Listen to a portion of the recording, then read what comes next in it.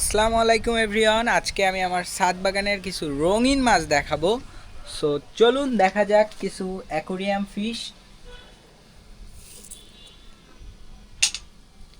So right now আমি মাছগুলোকে এখন খেতে দিলাম।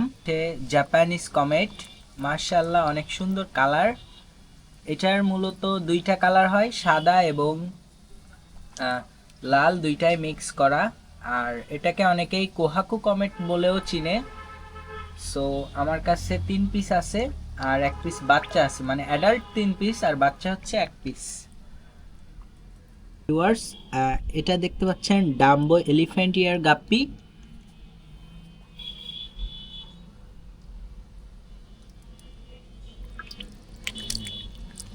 দেখতেই পাচ্ছেন মাছগুলা কত সুন্দর, হেলদি এবং অ্যাক্টিভ।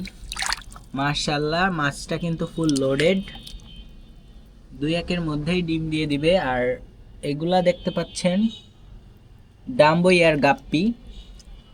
গাপ্পিগুলা এখন নিউ অ্যাডাল বললেই চলে, এখনো বড় হয় নাই। আর এই গাপ্পিগুলো আমি কিনছি মাত্র 50 টাকা দিয়ে। আর এগুলা কিন্তু অরিজিনাল। দেখেন ফিমেলগুলোর কিন্তু কানে কালার এবং কানগুলা কিন্তু হিউজ সাইজের।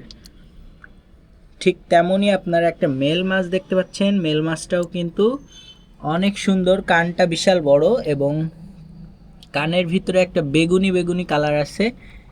এইগুলা দেখলেই আপনারা বুঝতে পারবেন যে এইগুলা হচ্ছে রেড টেল ডাম্বো ইয়ার গাপ্পি। ভিউয়ার্স, এগুলো হচ্ছে আমার রুমের অ্যাকোরিয়াম ফিশ।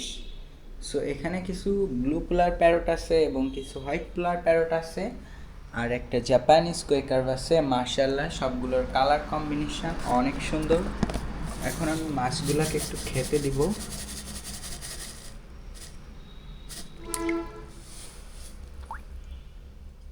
মাশাআল্লাহ, মাছগুলা কিন্তু অনেক বড় হয়ে গেছে। আমি অনেক ছোটোবেলায় মাছগুলা কিনছিলাম মাত্র 40 টাকা দিয়ে।